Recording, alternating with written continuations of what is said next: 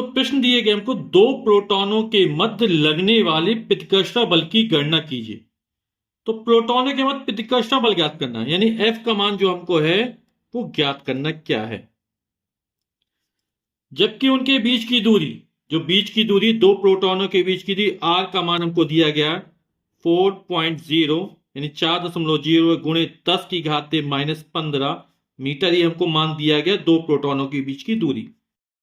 अब प्रतिकर्षण बल क्यों लग रहा है? क्योंकि समान आवेश क्या करते, एक दूसरे को प्रतिकर्षित करते, दूर दूर भागते हैं।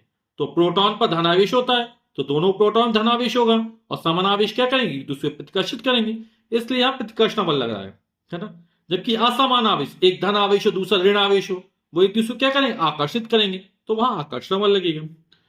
तो प्रोटॉन पर आवेश कितना होता है, तो प्रोटॉन पर आवेश Q का मान हो जाएगा, जितना इलेक्ट्रॉन पर आवेश होता है उतना ही प्रोटॉन पर आवेश होता है। आवेश के परिमाण दोनों में समान होते हैं, बस प्रकृति विपरीत होती है। इलेक्ट्रॉन पर ऋण आवेश होता है तो प्रोटॉन पर धन आवेश होता है। तो 1.6 गुणे 10 की घात -19 कूलाम का धन आवेश होगा प्रोटॉन पर। अब दो प्रोटॉन है तो Q1 बराबर Q2 बराबर इतना हो जाएगा। अब हमें F का मान ज्ञात करना है, Q1 Q2 के मान दिए, R का मान दिया गया है ना। तो कूलाम के नियम से हम बल का मान ज्ञात कर लेंगे। लगने वाला बल F बराबर होता है 1/4πε0 Q1 Q2 अपॉन R²। मानक देते हैं 1/4πε0 का मान होता 9 गुणे 10 की घात 9, ये हो जाएगा 1.6 गुणे 10 की घात -19 Q1 का मान, Q2 का मान 1.6 गुणे 10 की घात -19, और बीच की दूरी R², तो 4 गुणे 10 की घात -15 का होल ऑफ स्क्वायर हो जाएगा।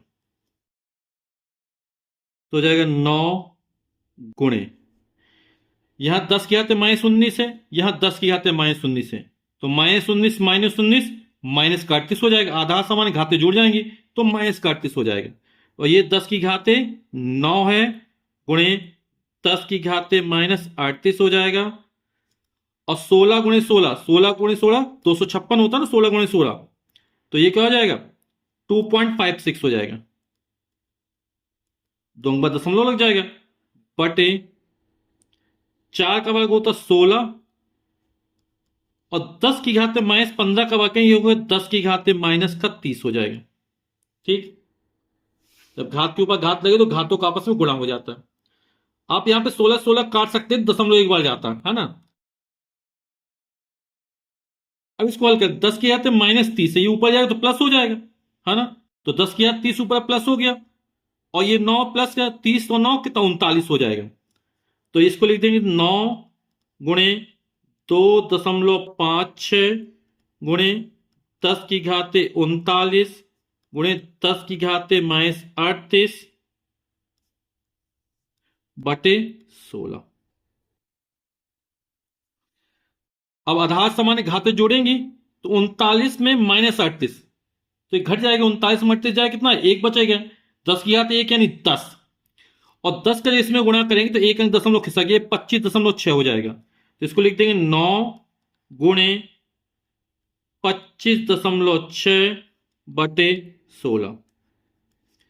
तो 9 गुणे 16 एकम 16, दशमलव लगाएंगे, 9 बचेगा, 96 हो जाएगा, 16 छक्का 96। अभी हमने चर्चा की थी अपन डायरेक्ट भी काट सकते थे, 16 4 चौक 16 होता है, काट दशमलव एक बार जाता, ठीक है। तो ये आ गया। अब 16 नंबर 144 होता है, एक अंक बाद दशमलव, एक अंक बाद दशमलव लगा दिया, और बल का मात्रा न्यूटन होता है, तो 14.4 न्यूटन का प्रतिकर्षण बल लगेगा।